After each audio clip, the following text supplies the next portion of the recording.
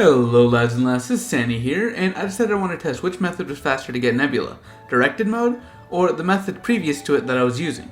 Now in this video I'll be testing the directed mode, and I'll be unlocking Nebula for the Krig in a single match. No save and quitting, and I've got like 15 minutes worth of breaks, since that's all the pause feature offers me.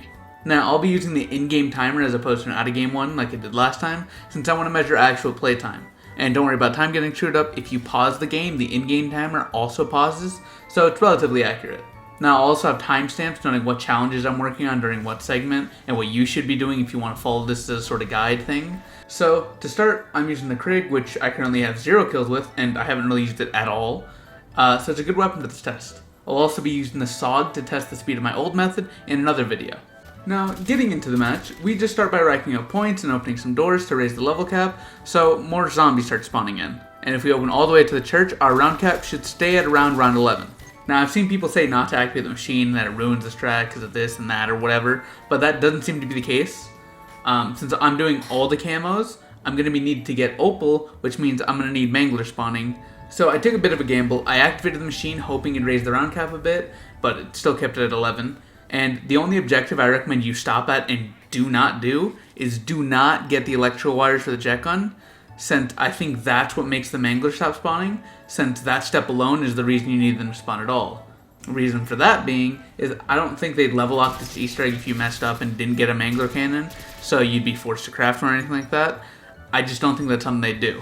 Now, an additional thing to note, my brother was doing this method, and he said that he was still getting Mangler spawns after building the jet gun. However, he didn't pick it up, so I recommend just not getting the wires regardless. But if you do, just don't pick up the jet gun. That's pretty much all the advice I can give for that point. Just stop at this step. So by just keeping this objective unchecked, you can focus on getting your kills and getting all the way up to Mystic Gold, and since it'd be boring for me to make you watch every single bit, I instead took note of which camos I unlocked, at what time using the in-game timer, and so I'll go over all those up until we get Purple Tiger. Also, I'll be rounding the timer down to the nearest minute, just to keep the numbers nice and clean. Now at 9 minutes we get our first camo, which is 100 headshots. At 14 minutes we get 200 headshots. At 18 minutes we get 300 headshots. 23 minutes we get 400 headshots.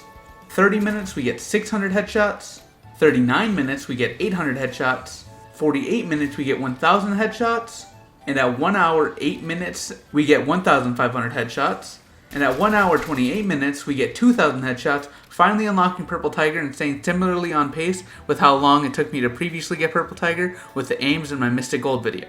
So if you're doing this just for the headshot kills, I feel like this is definitely just as fast as the method with running Rampage Inducer to like round 30 in 2 separate games or so. Now it's also just much more casual than those two methods since it's low rounds constantly, so I think this might be better if you're just like doing this passively and like watching TV or something, especially because you can still save and quit in this game mode. Now for the special camos in Mystic Gold, specifically for the Krig, my challenges were 300 kills with Cryo Freeze, which I got Cryo Freeze ahead of time, and 100 kills on enemies affected by my tacticals. Now using the crafting table near the bowling alley, I just shock charged a horde of zombies and then killed them while having Cryo Freeze on my gun, and here were the times for those camos. At roughly the 1 hour 33 minute mark, I got the tactical kills I needed, and at 1 hour 37 minutes, I got the Cryo Freeze kills I needed, and I could now start working on Mystic Gold. Now Mystic Gold is a pretty easy camo since all it entails is 10 kills rapidly 15 times, so 150 kills, and I unlocked it at the 1 hour 44 minute mark. So while getting from 0 camos to getting gold took a little bit longer than my previous methods, it was also a lot more casual, and I plan on retrying my old method as well later today to get a more accurate timing on it. So now we can move on to the Opal camo. Now for Opal, for this camo, I don't even know. I do not recommend doing Opal in this mode unless you're simultaneously working on guns, so like getting headshots with one gun while using another for Manglers. Special kills in this mode are so long to get, and Manglers spawned in so infrequently, but we eventually got Opal at the 2 hour 57 minute mark, which means Opal alone took 1 hour and 13 minutes. Now all that's left are Afterlife and Nebula, which thankfully are extremely easy camos to unlock.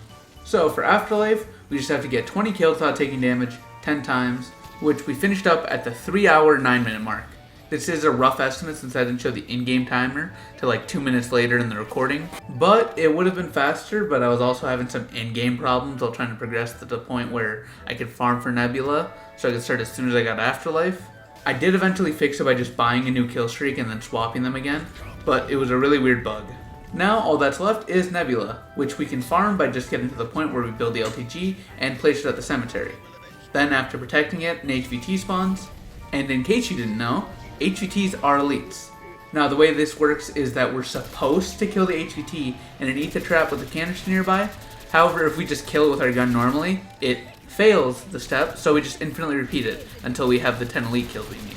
Now the reason I didn't set up this step sooner is because I still needed mangler kills for Opal, and on this step, manglers just don't seem to spawn at all. And the manglers that would be the HVT if we got a mangler as an HVT don't count since it's an elite. And finally, at the 3 hour 25 minute mark, we unlocked Nebula. It took 3 hours and 25 minutes of playing a single match to unlock Nebula on a gun. So I had a triple double going, so I had double XP for double battle pass, double weapon, double normal XP, that kind of thing, for about 3 hours of the match. And I ended up leveling about 14 times, and I leveled the Craig from level 1 to max level at some point during the game, so that was nice. I also got 9 battle pass tiers, but that's pretty much everything. Now, while I don't recommend going for this all in a single session, it's definitely a very viable strat for camo grinding, and it isn't really all that broken as I thought it'd be. The other method may be faster for certain parts like Opal, but this was definitely much more laid back. That's pretty much my conclusion, but I'm going to be doing some more testing later today with the other method, so I'll hope to have the video up either tonight or in the morning tomorrow. We'll see, I guess. Like and subscribe. Bye-bye.